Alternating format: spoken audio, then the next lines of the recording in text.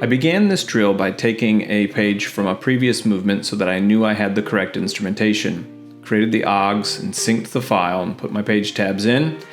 And then I go to my first work session where I begin by creating the signature set. So for this show, there was a lot of picture sets. And you can see me using the floor cover tool to add JPEGs on page 1, and then I kind of just make a page tab at the bottom for each signature set, and then I just kind of tweak it and work it, and I don't really care so much about the order, just that I have the amount of people in the right spot. And then at the end of the first work session, I opened up the real Pyware file and began pasting in some of my signature sets. In work session number 2, I just kept working through the drill, kind of page by page, pasting in the signature sets and working on the transitions in between.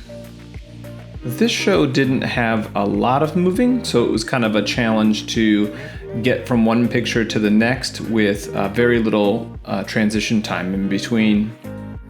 Work session 3 began by creating the part 2 file, the second half of the show, and syncing it. And then continuing the process, just pasting in those sets, making sure the performers are in the right spot, and then working the transition, kind of scrubbing and just making sure everyone can get from one set to the next and the transition looks good.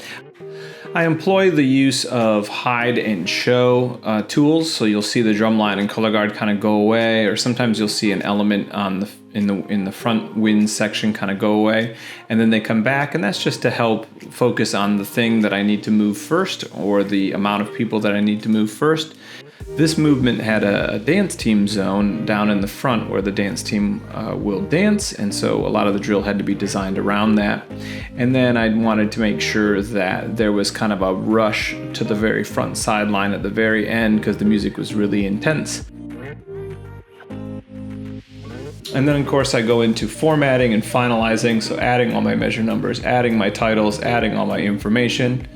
And then I watched it and made some notes and then tweaked it. And here's the final result. Thanks for watching. Make sure to like and subscribe.